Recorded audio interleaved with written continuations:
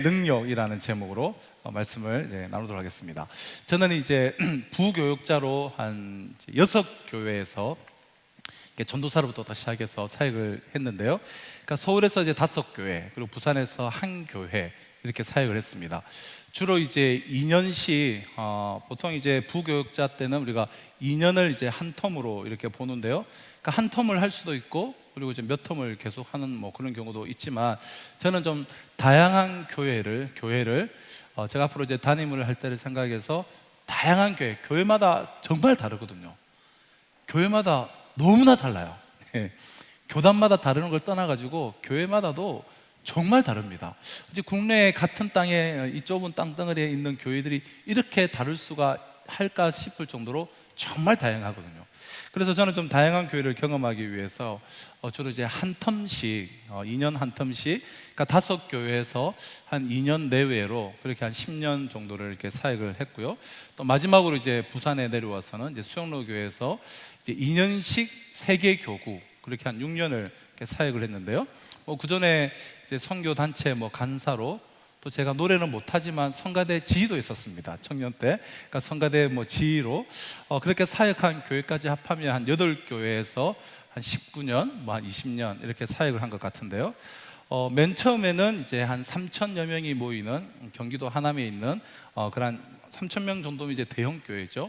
그 대형 교회에서 이제 고등부 사역, 고등부 교육전도사로 사역을 시작했다가, 그리고 이제 작은 교회에서 또 사역을 이제 하고 싶더라고요. 그래서 경기도 군포에 있는 상가교회인데요, 100명이 채 안 되는 상가교회에서 또 그렇게 사역을 했다가, 또 옥수동에 있는 한 400~500명 정도 되는 교회니까 중형교회죠.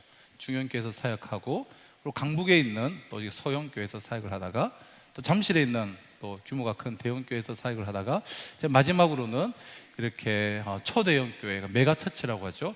그런 교회에서 사역을 하면서 좀 다양하게 사역을 했는데요. 그러니까 지역적으로도 소위 이제 강남과 강북으로 구분하듯이 우리가 좀 부유한 동네, 그리고 좀 힘들게 사는 동네, 또 수도권의 여러 다양한 교회들을 이렇게 사역하면서 참 많은 분들을 만났는데요. 카톡 친구만 제가 오늘 보니까 이렇게 2,000명이 넘더라고요. 그런 걸 보니까 직감적적으로 이제 관계를 맺은 분들만, 교구 성도로 만난 분들만 대략 한 10,000명은 정도 되지 않을까, 그런 생각이 이제 좀 되는 것 같습니다. 그런데 그 많은 분들 가운데서도 이 기억에 남아있는 분 중에 한 분은 이 강북의 미아리 고개에 사시는 한 집사님이에요. 이게 사역을 함께 동력을 하면서 잘 도와주셔서, 또 손발이 너무나 잘 맞아서 기억에 잘 남는 분이 계시고, 또 너무 가분하게 섬겨주시고 또 사랑을 베풀어 주셔서 또 그렇게 참 기억에 남는 분이 또 계시죠. 또 때로는 좀 너무 힘들게 해서 또 기억에 남는 분도 계시고, 또 너무 고통스러운 그런 고난의 시간을 함께 기도하면서 또 지켜봤던 그런 분들도 또 이제 참 기억에 남곤 하죠. 다양한 이유로 참 기억에 남고 제 마음에서 지워지지 않는 분들이 여러분들이 계시는데요. 이 집사님은 어떤 부분에 대해서 기억에 남아있냐면, 그 집사님 안에 있는 그 기쁨 때문에 참 제 안에 좀 기억이 많이 남아 있습니다. 이 집사님은 얼마나 이렇게 밝으신지 모릅니다. 항상 웃고 계세요. 항상 웃고 계시고, 좀 활기차고 밝고 아주 긍정적이고 아주 적극적이고, 제가 지금도 잘 못하지만 제가 강도사 때는 설교를 훨씬 더 못하지 않았겠습니까? 네. 그래서 특히 이제 경상도 사투리로 서울에서 이제 사역을 시작하면서 이 설교를 하려고 하니까 여간 이게 신경이 많이 쓰이지가 않는 것이죠. 근데 그 집사님은 제가 설교만 하고 나면 엄지를 척 하면서 진짜 강도사님으로 만났었는데, 강도사님 진짜 은혜 많이 받았습니다. 격려하고 칭찬을 하고, 항상 맨 앞자리에 딱 앉으셔서 찬양도 어쩜 그렇게 밝고 힘차게 하시는지. 그 집사님만 딱 뵈면 사실 좀 외모적으로는 좀 매력이 좀 없는 스타일이에요. 제가 애들로서 표현하지만 좀 이렇게 외모적으로는 좀 이렇게 좀 아쉬운 그런 외모였는데요. 그러니까 50대 중후반에 키도 이렇게 좀 짝달막하시고 사실 아주 촌스러운 그런 분이셨는데요. 하지만 그 집사님만 뵈면 얼마나 신이 나고 기분이 막 좋아졌는지 모릅니다. 참 그런 집사님이셨는데요. 그 강북에 있는 그 교회는 이제 3년마다 이렇게 대신방이 있었는데, 제가 첫 해 강도사 때는 이제 신방이 없었고, 제가 2년차 이제 사역할 때 3년차 이제 신방하는 해가 되어서 저기 담임 목사님이랑 제가 그 교구 그때는 공동체라고 불렀는데, 그 공동체 담당이라서 함께 신방을 갔는데, 여러분 이제 미아리로 우리가 알려져 있지만 미아리로 알려진 그 동네가 정확한 행정 명칭으로는 성북구 기름동이거든요. 기름동. 그 기름동을 그냥 우리가 미아리 고개해서 우리가 미아리로는 우리가 다들 잘 알 거라 생각하시는데, 그 미아리 산 꼭대기에 살고 계시는 거예요. 저는 사실 좀 되게 많이 이제 좀 놀랐습니다. 왜 놀랐냐면 다른 게 아니라 평소에 뵙던 그 집사님의 너무나 밝고 또 쾌활하고 너무나 적극적이고 활기찬 그 모습에 비해서 집이 너무나 그러니까 두 자녀와 신앙생활 하지 않는 그런 남편, 그렇게 내 가족이 그 미아리 고개 그 달동네에 사시는데, 그 동네에서도 아주 넓고 오래된 그런 다세대 주택의 반지하에 살고 계시는 거예요. 그러니까 평소에 제가 이렇게 뵀던 그 참 밝고 막 이런 모습에 비해서, 그러니까 제가 나름대로 생각했던 것과 이 사시는 형편이 너무 어려운 것에 대해서 제가 좀 이렇게 놀랬다고 할까요? 아니면 좀 당황했다고 할까요? 그러니까 신방을 받는 동안에도 목사님 우리 이렇게 살아요 하시면서 그저 평소와 마찬가지로 어쩜 그렇게 입에서 감사와 그 기쁨이 그치지 않는지. 남편이 그래도 좀 번듯한 직장 생활을 하시다가 우리가 IMF 때 많이 실직했을 때 그때 실직을 하고 작은 식당을 하나 차리셨다가 이렇게 그나마 남은 재산 다 잃어버리고, 그래서 이런저런 어려움들을 겪으면서 거의 뭐 쫄딱 망한 상태로 그 미아리 고개에 그 반지하에 이제 들어오시게 된 거예요. 이곳에 와서 그러나 신앙생활하면서 이제 예수를 믿고 은혜를 받게 되셨는데, 그 감사의 고백과 그 신앙의 고백과, 목사님 저는 예수님이 너무 좋아요. 예수님이 우리 가정을 살리시고 여기까지 인도하셨어요. 그 감사의 고백이 그 짧은 1시간 남짓한 신방 동안 그냥 흘러 넘치는데, 정말 그 얼굴이 얼마나 환하고 얼마나 밝았는지 저의 그 당혹스러웠던 마음과 함께 그 밝은 얼굴에 지금도 제가 생각이 납니다. 그러니까 신방 가서 도리어 제가 아주 은혜와 이제 감동을 받았었는데요, 정말 도전이 되는 거예요. 어쩜 이렇게 충만한 기쁨 가운데 거하실까? 나는 이런 기쁨을 가지고 있는가? 목사의 목회의 근간은 기쁨인데, 이 기쁨이 없이는 그냥 억지로 그냥 고생하면서 사역할 수밖에, 일이 고생해서가 아니라 마음의 기쁨이 없으면 정말 기쁨으로 사역하는 것이, 그래서 목사에게 있어서는 이 흘러넘치는 기쁨을 경험하는 것이 참 근간이고, 이런 기쁨으로 사역해야 되는데 나 안에 넘는 기쁨이 그 집사님에게는 너무 풍성한 거예요. 그래서 참 도전이 되었던 그런 기억이 있습니다. 사랑하는 성도 여러분, 우리의 모습이 이웃에 안 믿는 사람들과 우리가 비교를 했을 때에 다른 점이 있다라면 무엇이 있을까요? 아니 무엇이 있어야 될까요? 믿음, 믿는 것 맞습니다. 믿지 않는 자들과 우리의 차이점, 믿음 아주 중요한 차이점이죠.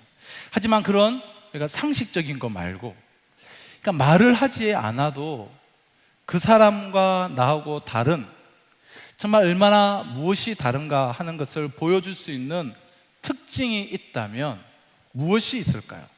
그것은 기쁨이라고 저는 생각합니다. 기쁨.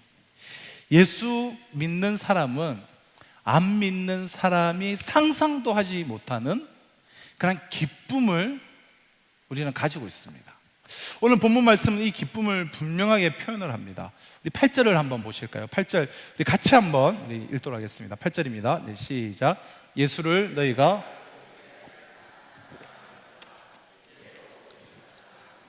말할 수 없는 영광스러운 즐거움으로 기뻐하니. 베드로는 이 기쁨을 지금 삼중으로 표현하고 있습니다. 말할 수 없는 영광스러운 즐거움으로 기뻐한다라는 거예요. 말할 수 없는 영광스러운 즐거움으로 기뻐한다. 여러분, 이 기쁨의 차원을 정말 짐작하기가 어려울 정도의 최상의 표현입니다. 예수 믿는 사람들에게는 이와 같은 독특한 기쁨이 다 있는 거예요. 주어진 거예요. 반드시 이런 기쁨이 있습니다. 물론 우리가 기쁨에 대한 신앙의 상태에 따라서 정도의 차이는 있겠지만 예수 믿는 사람에게는 모두가 이런 독특한 기쁨이 있죠. 만일 이런 기쁨이 나에게 없다, 그럼 나의 신앙을 아주 심각하게 돌아봐야 되고, 그것은 사실 비정상이죠. 직장에서 쫓겨나서 운영하던 작은 식당이 망하고 여러 가지 어려움들이 겹치면서 그 달동네에서 그렇게 힘들고 어렵게 삶을 살아가고 있지만, 그 새벽 예배에 나와서 아직 미숙한 교육자가 더듬더듬 전하는 말씀에도 그렇게 은혜를 받고, 기도의 자리에서, 말씀의 자리에서 이 복음의 메시지만 들으면 예수님 때문에 날마다 기뻐하는 그 집사님, 그렇게 어렵고 힘든 삶을 사시는 분도 참 그분을 만나면은 이게 뭐 천사를 만난 것처럼 느껴질 정도의 그러한 기쁨을 가지고 살 수 있는 것이죠. 그것이 복음의 신비한 능력인 줄로 믿습니다. 여러분, 우리의 기쁨은, 그리스도인들의 기쁨, 우리의 기쁨은 무엇보다, 첫째는 우리의 기쁨은 믿음에서 나오는 기쁨이에요. 믿음에서 나오는 기쁨. 그럼 8절 한번 중간에 보실까요? 뭐라고 나와 있습니까? 보지 못하나 뭐죠? 믿고. 보지 못하나 믿고. 여러분, 그리스도인들의 기쁨, 이 기쁨은 예수를 믿으면서 시작되는 기쁨이에요. 믿음을 가진 자들만이 소유할 수 있는 그러한 기쁨입니다. 그러므로 예수를 믿습니까? 예수 때문에 기뻐한다라는 말과 같은 말입니다. 그 반대로 지금 기뻐하고 계십니까? 예수를 믿는다라는 말과 같은 말입니다. 우리 모두는 예수를 보지 못하였지만 분명히 믿습니다. 그렇다면 그 기쁨이 있어야 돼요. 여러분, 그리스도인들의 기쁨 첫째는 믿음에서 나오는 그러한 기쁨입니다. 그리스도인들의 기쁨 둘째는 말할 수 없는 기쁨이에요. 말할 수 없는. 여러분, 말할 수 없는 이라는 말은 인간의 말로 설명을 하려야 할 수가 없다라는 그런 뜻이죠. 너무 차원이 높아서 제한된 인간의 언어로는 도저히 표현을 할 수가 없습니다. 말이 따라가지를 못하는 그런 차원에 있는 최상의 기쁨인 것이에요. 말할 수 없는 기쁨, 그리스도인들의 두 번째 기쁨입니다. 그럼 셋째는 영광스러운 기쁨이에요. 영광스러운 즐거움은 하나님의 영광을 우리가 덧입음으로 오는 신적인 기쁨을 말합니다. 쉽게 말해서 이 세상의 기쁨이 아니라 천상의 기쁨이란 말이죠. 천상의 기쁨. 우리가 예수를 믿음으로 인해서 하나님으로부터 받아서 누리게 되는 이 기쁨은 믿음으로 가능한 기쁨이요, 말로 표현할 수 없는 최상의 기쁨이요, 하나님 자신이 갖고 계신 그 천상의 기쁨, 영광스러운 그러한 기쁨입니다. 이것은 예수 안 믿는 사람들은 상상도 할 수 없는 그러한 기쁨이죠. 하나님은 모든 믿는 자들에게 차별 없이 이 기쁨을 주십니다. 우리가 주님 앞에 나와서 정말 무릎을 꿇고 나는 죄인입니다, 우리가 마음 중심에 분명한 고백이 있기만 하면 이 집사님과 같이 달동네에서 한평생을 힘들게 살다가 가는 사람이든, 정말 화려한 저택과 별장에서 사는 사람이든, 실직을 당해서 당장 먹고 살 것이 없는 막막한 사람이든, 살아갈 걱정이 없을 만큼 여유가 있는 사람이든, 이 믿음만 있다면 이 차별 없이 주시는 믿음을 소유했다면 똑같은 기쁨을 누리게 하십니다. 그러니까 남녀노소를 불문하고 이 기쁨을 선물로 주시는 거예요. 이 시간 이렇게 설교를 들으면서 딴 세상 이야기를 하는구나. 나하고는 거리가 멀다. 별로 이제 현실감도 별로 없게 느껴지고 무슨 소리인지 모르겠고 그냥 뭐 성경에 나오는 그냥 이론이지 실제 그런 게 어딨냐 라고 혹 생각하는 분이 계실지도 모르겠어요. 여러분, 그러나 오해하지 마시기 바랍니다. 이런 기쁨은 날마다 그저 나사 하나쯤 빠진 사람처럼 항상 웃고 다닌다, 그런 기쁨을 말하는 것이 아니에요. 내 마음속에 조용히 간직된 그런 기쁨입니다.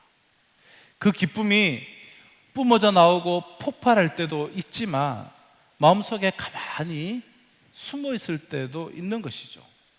우리가 기도하는 마음으로 가만히 여러분 스스로를 한번 잘 돌이켜 한번 보십시오. 이 기쁨의 불씨가 정말 내 안에 있는가?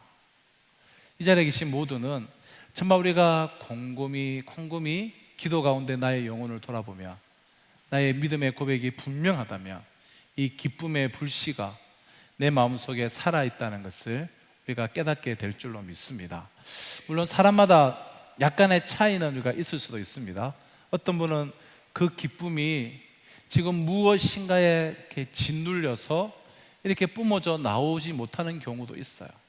또 어떤 분들은 기쁨을 느끼기는 느끼는데 표현이 잘 안 되는 그런 분도 있을 수가 있습니다. 그러나 오늘 이 시간 우리가 말씀을 들으면서 저와 우리의 마음속에 믿고 말할 수 없는 영광스러운 이 기쁨이 다시금 회복되어지는 그러한 시간이 되었으면 좋겠습니다. 여러분, 다시 한번 강조하지만 이 기쁨은 우리에게만 있는 기쁨이에요. 우리만이 알고 있는 기쁨입니다. 우리에게 주신 기쁨입니다. 제가 이렇게 소리 높여서 제가 자신 있게 말씀드릴 수 있는 분명한 근거가 있습니다. 우리 안에 있는 이 기쁨이 계속해서 멈추지 않고 솟아오를 수 있는, 정말 내가 주님을 만난 그 후로부터 결코 멈추지 않고 솟아오를 수 있는 그 샘을 하나님은 우리에게 우리 10년 가운데 이 두 가지 샘을 주셨기 때문입니다. 우리 모두에 이 두 가지 샘이 있어요. 여러분, 높은 산에 올라가서 우리가 바위 틈을 보면 거기에서 정말 이렇게 뽕뽕거리면서 그 맑고 시원한 그 높은 산의 그 맑고 깨끗한 샘물들이 우리가 발견될 때가 있지 않습니까? 그 샘을 볼 때마다 얼마나 그 물이 신선하고 시원합니까? 마시고 또 퍼마셔도 그 생수가 계속해서 이렇게 끝없이 솟아납니다. 그래서 그 샘물이 흐르고 흘러서 냇가를 이루고 그 냇가가 강을 이루고 그 강이 바다를 이루게 되지 않습니까? 이와 같은 샘이 우리 안에 있다라는 거예요. 두 가지가 있는데요. 첫째는 예수님의 사랑이라는 샘입니다. 이 샘의 이름은 예수 사랑이에요. 우리 8절을 다시 한번 보실까요? 8절에 보면 예수를 너희가 보지 못하였으나 뭐죠? 사랑하는도다. 여러분, 그 사랑 때문에 우리가 믿고 말할 수 없는 영광스러운 즐거움으로 기뻐하는 사람이 된 것입니다. 여러분, 예수님을 사랑합니까? 어느 정도로 사랑합니까? 이 놀라운 예수의 사랑을 발견하고 그 사랑 때문에 예수를 위해서라면 무엇이든지 다 희생해도 조금도 손해보았다는 생각을 가지지 않을 만큼 주님을 사랑하십니까? 사랑은 항상 데리고 다니는 짝지, 데리고 다니는 파트너가 있는데요, 사랑은 항상 기쁨이라는 그런 파트너를 데리고 다닙니다. 사랑에 빠진 사람 치고 기뻐하지 않는 사람은 아무도 없어요. 사랑에 빠졌는데 기쁘지 않다. 사랑하면 기뻐하게 되어 있습니다. 사랑은 항상 기쁨이라는 친구를 데리고 다닙니다. 우리가 무엇이든지 다 주어도 좋을 만큼 사랑하는 대상을 내가 딱 발견했다고 합시다. 그 대상이 누구이든 사랑은 틀림없이 우리에게 형용할 수 없는 기쁨을 느끼게 만듭니다. 받은 것이 아니라 내가 많이 주었는데 기쁨을 느끼게 만드는 것, 이게 바로 이제 사랑이란 말이죠. 예수님은 나 같은 죄인을 구원하시기 위해서 내가 알지도 못하던 때에 이 세상에 오셔서 무거운 십자가를 지고 골고다로 향해 섰습니다. 주님은 이렇게 말씀하셨습니다. 내가 너를 사랑하기 때문에 내가 이 길을 가노라. 너의 죄가 너무나 커서 그대로 두었다가는 영원히 하나님의 심판을 받을 수밖에 없기에 내가 너 대신 죄를 지고 가노라. 그래서 십자가를 지셨던 것 아니겠습니까? 예수님은 나를 너무나 사랑하신 나머지 우리를 위해서 대신 죽으셨습니다. 그리고 사흘 만에 부활하셔서 아무 공로가 없는 우리를 향해서 믿기만 해라. 그러면 내가 영원한 나라로 인도해 주겠다. 그리고 구원의 길을 활짝 열어 보여주셨습니다. 지금도 주님은 하나님 우편에서 나를 위해서, 우리를 위해서 기도하고 계십니다. 이와 같은 예수님의 사랑을 우리가 발견하는 그 순간 우리는 주님 사랑합니다. 내가 주님을 믿습니다. 그런 고백을 할 수밖에 없죠. 우리 마음은 온통 예수를 향해서 달려갈 수밖에 없는 것입니다. 이것이 바로 예수 믿는 사람이 세상 사람들과 다른 점 아니겠습니까? 그래서 주님은 우리를 보고 이렇게 말씀하세요. 누구든지 내 처자와 내 부모를 나보다 더 사랑하는 자는 내게 합당치 아니하며 너의 생명을 나보다 더 사랑하는 자도 내게 합당치 아니하니라. 우리가 온 마음을 다해서, 정말 온 마음을 다해서 사랑할 분은 오직 예수님밖에 없다라는 말씀입니다. 예수님의 사랑을 내가 깨닫고 그 사랑에 내가 겨워서 예수님을 온 마음을 다해서 사랑하는 사람은 항상 기쁨이 있는 것입니다. 여러분, 찬송 가사 중에 이런 가사가 있지 않습니까? 주 안의 기쁨 누림으로, 주 안의 기쁨 누림으로 마음의 풍랑이 잠잠하니 세상과 나는 간 곳 없고 구속한 주만 보이도다. 이 곡을 나의 간증이요 이것이 나의 찬송일세 나 사는 동안 끊임없이 구주를 찬송하리로다. 주 안의 기쁨 누림으로 마음의 풍랑이 잔잔하니 세상과 나는 간 곳 없고 구속한 주만 보이도다. 여러분, 이 곡을 작곡한 작사가를 아시죠? 평생을 맹인으로 살았던 그런 크로스업이라는 이름을 가진 분 아닙니까? 평생을 맹인으로 살았던 이분이 예수님을 사랑하기 때문에 그 샘에서 솟아나는 기쁨을 감추지 못해서 지은 찬송이에요. 주 안의 기쁨 누림으로 마음의 풍랑이 잔잔하니, 이 얼마나 기가 막힌 기쁨입니까? 세상과 나는 간 곳이 없고 날 구속한 주만 보이도다. 주님을 사랑하기 때문에 이 기쁨이 있는 것입니다. 이 시간 성령께서 우리 각자의 마음을 만져주셔서 예수님을 사랑하는 이 은혜를 회복시켜 주시기를 바랍니다. 우리가 주님 사랑합니다. 내가 너무 사랑하기 때문에 예수님만 생각하면 세상도 나도 다 사라지고 오직 예수님만 남습니다. 십자가에서 나를 구속해 주신 예수님만 남습니다. 주님 사랑합니다. 우리가 고백할 때 마음속에 솟아오르는 기쁨을 우리가 체험하게 될 줄로 믿습니다. 이 기쁨을 체험하는 저와 우리 모두가 되시기를 축복합니다. 우리 안에 기쁨이 멈추지 않고 솟아오를 수 있는 이유, 기쁨이 계속해서 샘솟을 수 있는 이 두 번째 샘은 구원의 확신이 가져다주는 그러한 샘입니다. 줄여서 말하면 구원의 샘. 이 구원의 셈이 우리 안에 있는 것이죠. 우리 구절을 한번 보도록 하겠습니다. 구절을 보시면 왜 말할 수 없는 영광스러운 즐거움으로 기뻐한다고 했습니까? 구절입니다. 믿음의 결국 곧 영혼의 구원을 받음이라. 그렇습니다. 예수님이 약속하신 그 구원을 우리가 생각하면 너무 좋아서 도무지 가만히 있을 수가 없는 것이죠. 여러분, 구원이 무엇입니까? 쉽게 말해서 천국 가는 것 아니겠습니까? 하나님이 계시는 곳에서 하나님과 더불어서 영원히 사는 것, 그것이 구원이죠. 그곳에는 고통이 따라오지 못합니다.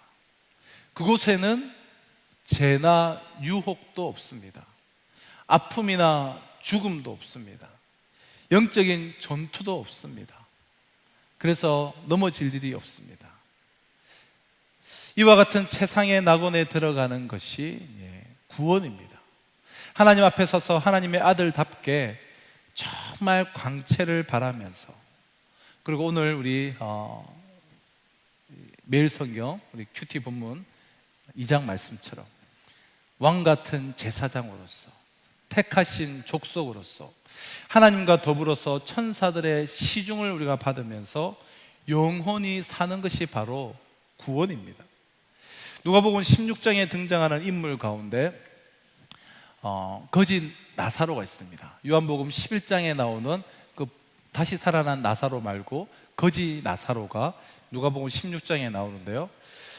직장에서 쫓겨나서 거지가 되었는지, 능력이 없어서 거지가 되었는지, 아니면 몸이 아파서 능력이 없어서 아내와 자식들은 다 도망가서 그렇게 혼자 살다가 거지가 되었는지, 그것은 알 수가 없지만 그는 어떻게든 연명하고자 온갖 천대와 온갖 발길질을 당하고 헌데투성이인 채 개한테 물리며까지 부잣집 대문 앞에서 벌어지는 음식을 먹고 살았던 사람이 바로 나사로예요. 여러분, 우리가 쓰레기를 이렇게 분리수거하며 내다 버릴 때 제일 하기 싫고 제일 냄새나는 게 뭡니까? 쓰레기 중에 무슨 쓰레기가 가장 더럽죠? 참 신기하게 우리가 방금 전만 해도 먹던 건데 그 음식물 쓰레기가 그렇게 냄새가 나고 더럽죠. 그 음식물 쓰레기만큼 냄새나고 역겨운 곳이 없습니다. 하지만 나사로는 그 부잣집 대문 앞에서 기웃기웃 거리다가 먹다가 내버린 음식 찌꺼기, 그 음식물 쓰레기가 있으면 그것으로 연명하고 그것도 없으면 몇 끼를 굶어야 했습니다. 목욕인들 제대로 했겠습니까? 목 놓는 데다가 씻지도 못하니 이렇게 몸에 피부병이 생겼죠. 거기를 개들이 헌대를 핥았다라는 거예요. 여러분, 세상에 누가 그런 사람과 상대해 주겠습니까? 그러나 예수님은 그 사람을 주목했습니다. 그가 나사로라는 것도 알고 계셨습니다. 사람들이 볼 때 그는 분명 실패자였습니다. 우리가 그에게서 도대체 무엇을 기대할 수가 있겠습니까? 그럼에도 그는 구원받은 사람이었죠. 하나님을 믿었기 때문에 죽자마자 그는 천사의 손에 이끌려서 하늘나라로 가게 됩니다. 그러나 부자는 어디에 가 있죠? 부자는 음부에 가게 됩니다. 음부로 가서 음부에서 고통 중에 있던 부자가 이런 부탁을 하게 됩니다. 제발 나사로의 손가락 끝에다가 물을 찍어서 잠시만이라도 내 혀끝을 서늘하게 해달라고. 이 불꽃 가운데 너무나 괴로우니 잠시만이라도 서늘하게 해달라고 애원을 합니다. 이때 누가복음 16장 25절을 보면 이런 말씀이 나오죠. 이르되 얘야, 너는 살았을 때에 좋은 것을 받았고 나사로는 고난을 받았으니 이것을 기억하라. 이제 그는 여기서 위로를 받고 너는 괴로움을 받느니라. 여러분, 예수님은 나사로가 하나님 나라에서 어떤 영광을 누리고 있는가를 환히 다 알고 계셨습니다. 그는 하나님의 품에 안겨 있습니다. 예수님은 그를 위해서 이렇게 변호하셨습니다. 그가 세상에서 너무 고생만 하다가 왔기 때문에 하나님 나라에서는 영광을 누리고 그 모든 고생을 보상할 수 있는 기쁨을 누리면서 사는 것이 내가 원하는 것이다. 여러분, 이것이 바로 무엇입니까? 이것이 바로 구원이에요. 구원. 사랑하는 성도 여러분, 우리가 구원만 받으면 세상에서 어떤 모습으로 살든지 그것은 전혀 문제가 될 게 없다라는 이야기입니다. 가난하건 부하건, 내가 실패했건 성공했건, 남에게 천시를 받으며 고통스러운 생을 살았건 전혀 문제가 안 됩니다. 여러분, 이 얼마나 대단한 구원입니까? 그 모든 것을 다 극복하고 우리를 가장 보람있게 세상을 살다가 온 사람으로 만들어 주는 것, 거지 나사로조차 성공한 사람으로, 인생으로 바꾸어 주는 것, 그것이 바로 구원이라는 것이죠. 그러므로 정말 구원받으셨습니까? 이 구원의 문제, 계속해서 말씀에 비추어서 나는 정말 구원받았는가? 나는 정말 구원받은 자로서 합당한 삶을 살아가고 있는가? 여러분, 우리가 정말 구원받았다면 어떤 생을 살았든지 그 사람은 성공자가 될 것입니다. 구원을 혹 못 받으셨습니까? 어떤 생을 살았든지 어떤 화려한 삶을 사든지 그는 실패자입니다. 구원은 우리의 삶의 의미와 우리의 삶의 그 질을 결정하는 지표가 된다는 점에서 이 구원의 중요성은 아무리 강조해도 지나침이 없죠. 이 땅에서 우리가 그 무엇을 대단하게 했더라도, 크게 성공하고 대단한 일을 이루었다고 하더라도, 그러나 그가 구원받지 못했다면 모든 것이 헛것 아니겠습니까? 아무 의미가 없습니다. 거지 나사로가 있던 그 부잣집 주인이 죽어서 얼마나 비참한 모습으로 영벌을 당하고 있는지 우리 주님께서 설명하지 않으셨습니까? 구원받지 못했다면 세상에서 잘 살았다는 것이 무슨 소용이 있겠습니까? 세상에서 구원만큼 중요한 것은 없습니다. 여러분, 우리가 비행기를 이제 탈 때마다 드는 생각이, 이게 사고가 나면 정말 살아남을 수 있을까? 뭐 출발하기 전에 뭐 산소 호흡기 뭐 이런 이야기를 하는데, 이게 정말 사고가 나면 살아남을 수 있을까? 뭐 그런 생각이 듭니다. 아무리 산소 호흡기를 끼고 구명조끼를 입고 여러분 난리 법석을 떨어도 태평양 한가운데라고 그냥 비행기가 떨어지면 그야말로 다 뭐 죽는 것 아니겠습니까? 혹 살아남아도 뭐 태평양을 건너서 헤엄을 치겠습니까?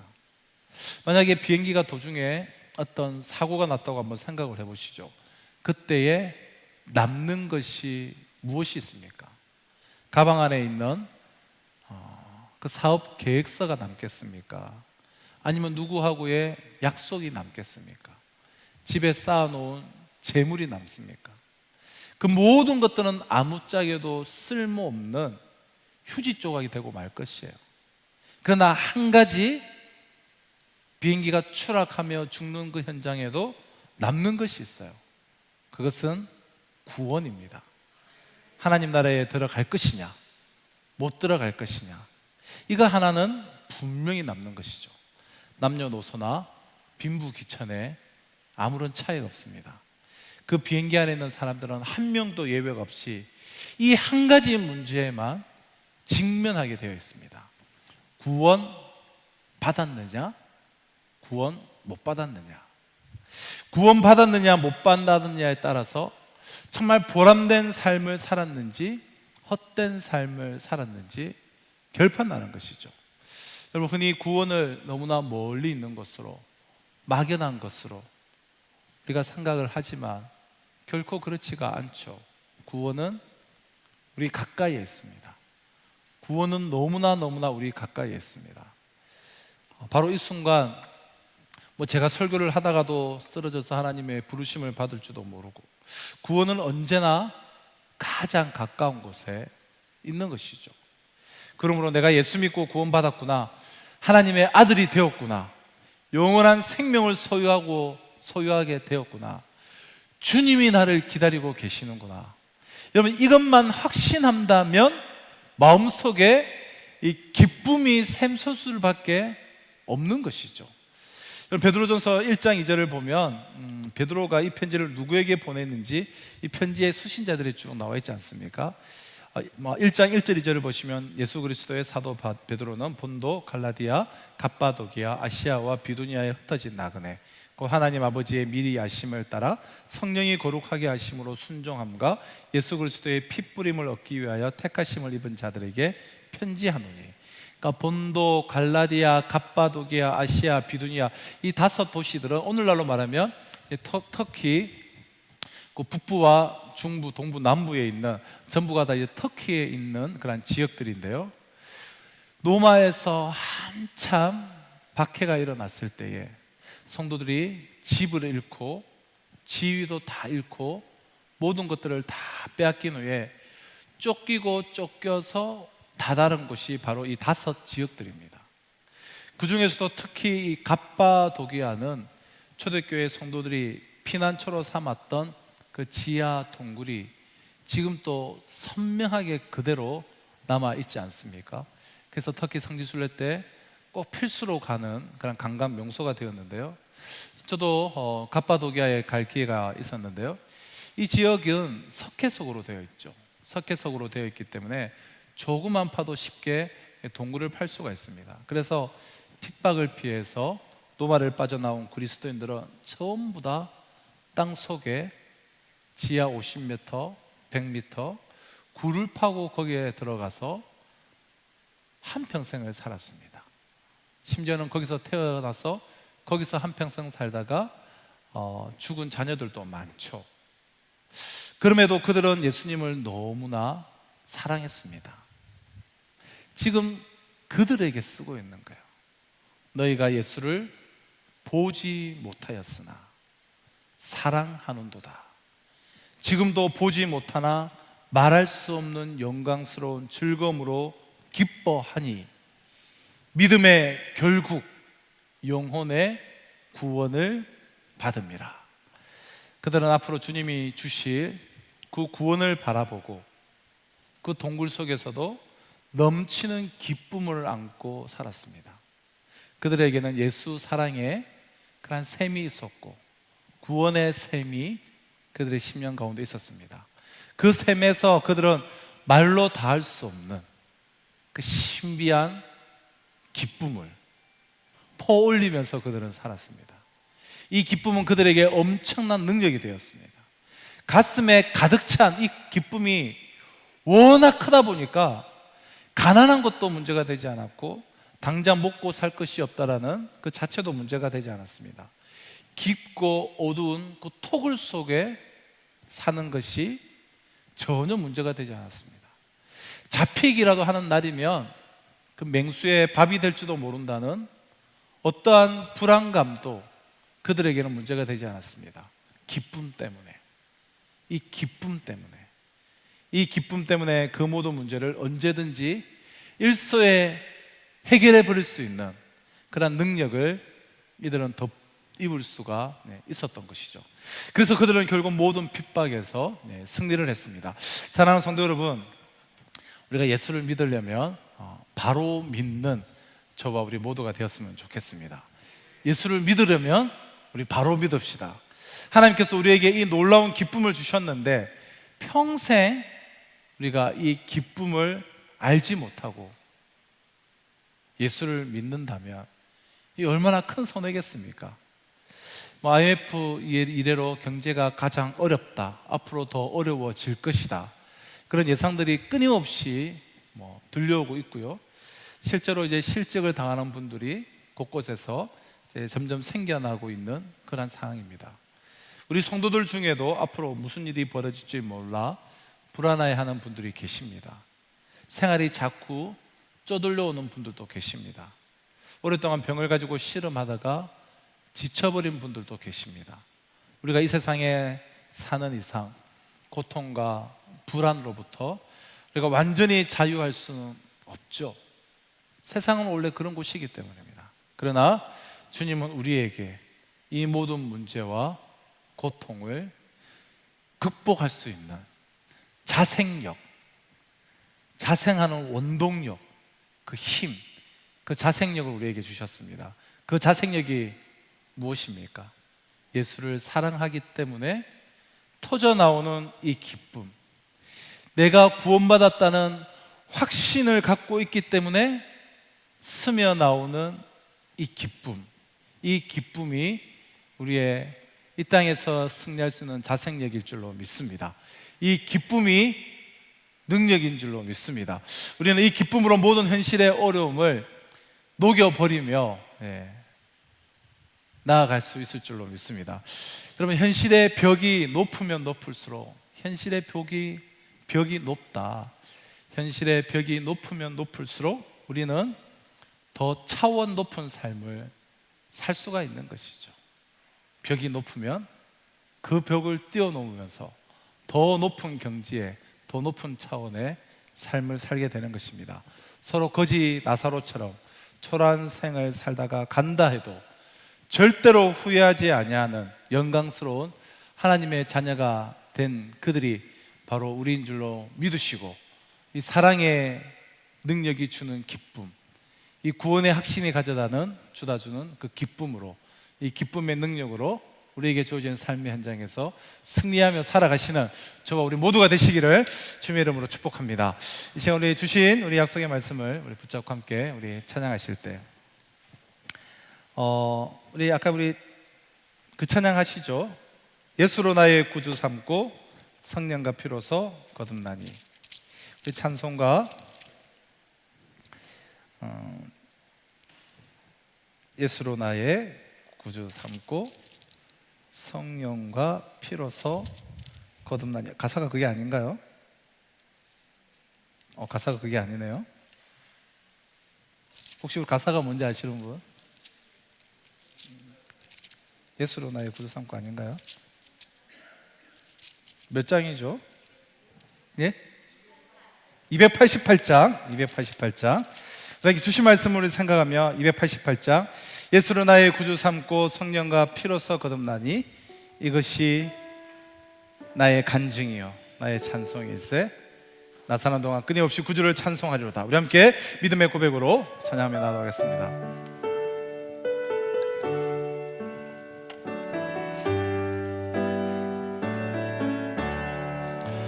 예수를 나의 구주 삼고 성령과 피로서 거듭나니 이 세상에서 내 영혼이 하늘의 영광 누리도다.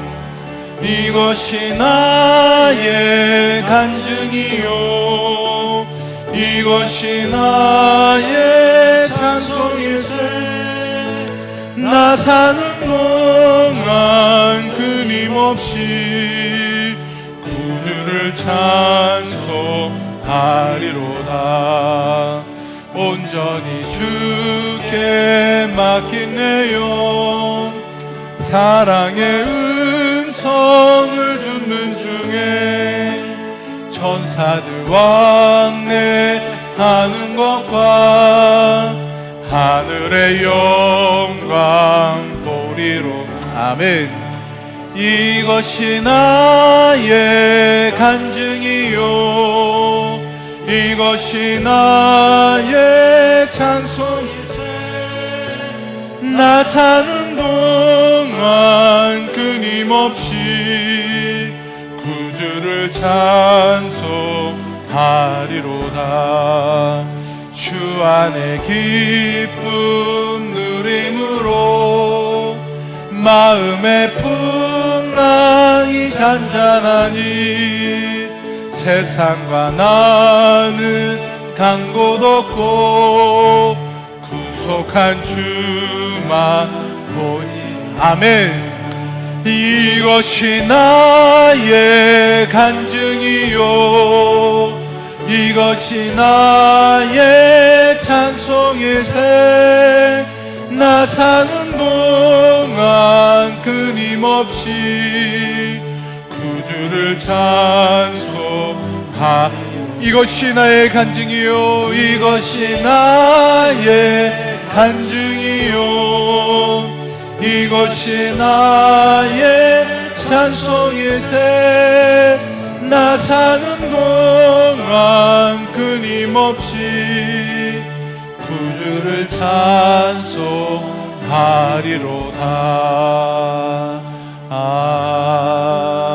아멘. 사랑하는 성도 여러분, 이 시간 우리 주신 약속의 말씀을 붙잡고 함께 기도하실 때, 예수를 너희가 보지 못하였으나 사랑하는도다. 이제도 보지 못하나 믿고 말할 수 없는 영광스러운 즐거움으로 기뻐하니